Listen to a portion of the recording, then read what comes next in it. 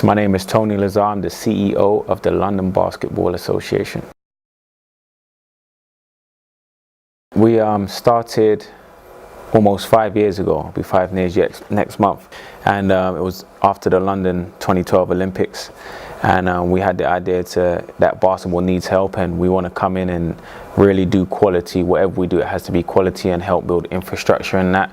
But also we understood that basketball is a tool that can really engage people and really benefit people's lives. So we use basketball as the vehicle, as a tool to help people. So we have a charitable objective.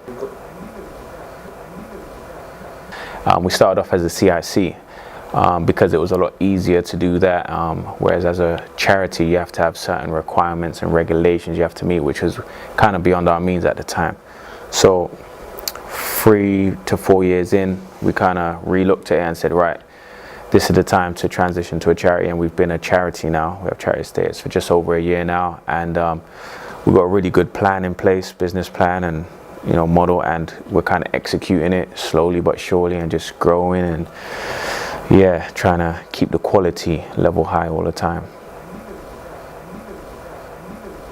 We try and look at what the need is out there and the need that nobody else is really adhering to really. So a few things that we kind of have in our fundamentals is we have a landline telephone number, which makes it quite easy for people just to call us, and actually our mobile phones will ring, and we just answer general inquiries about basketball.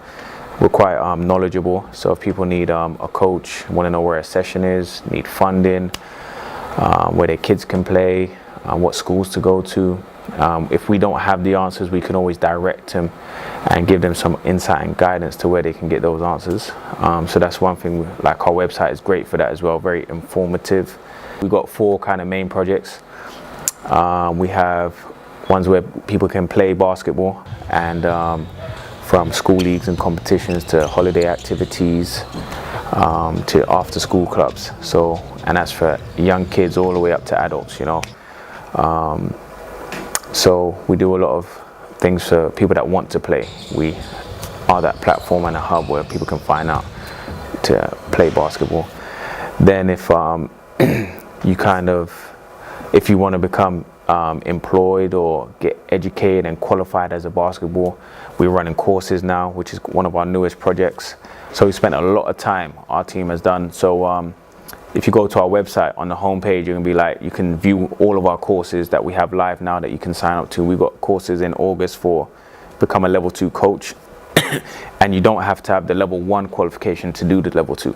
You do have to have some basketball background and a reference that says, yeah, this guy has basketball background, before you can go on to level 2. But all the information's on the website. You can click the button, it'll take you right there. You can book on and pay for it. We're even offering a few, we've got funding to cover a few spaces if you fall into certain categories, such as NEETs, which is if you're not in employment or education as a young person. I think they're under 25. If you have a disability, and we can cater to the support that you need, we'll cover those candidates as well. We've got a limited budget for that. And also if you're retired, we feel like those 3 categories right there, your sport needs you, and it's a viable way for you to get into your sport. Get proactive, do something, with your time, if you've got spare time. And the courses aren't very long, to be fair. Like, the coaching course, the longest course is 5 days, whereas the table official is 2 hours, and refereeing is 4 hours for the level 1s. So you can get qualified really easy, quite quickly, but then get paid work or voluntary work anywhere around the country. And we're also going to be connecting people to a platform where they're going to be able to get paid work. And it's going to really allow people to get experience, get qualified, get work, build their reputation. So that really is going to raise the standard of our sports, make our sport more viable, and the service that we're able to provide as a community of basketball, full stop. We're going to be able to deliver high quality. And I think in this country you need good quality rather than quantity. Basketball is very much in demand. It just keeps growing, In mainstream schools, it's getting so popular, Like, if your school isn't doing basketball right now, that's strange. Whereas 20 years ago, if your school did basketball, that was strange. Like when I went to school, it was just kind of breaking through. But to answer your question, it's growing, it continues to grow. It's a cheap sport considering, and it reaches a lot of the black and ethnic minority groups, as they say, and it engages some of the hard to reach, so it makes it a very good tool to really build society, and good for like social action.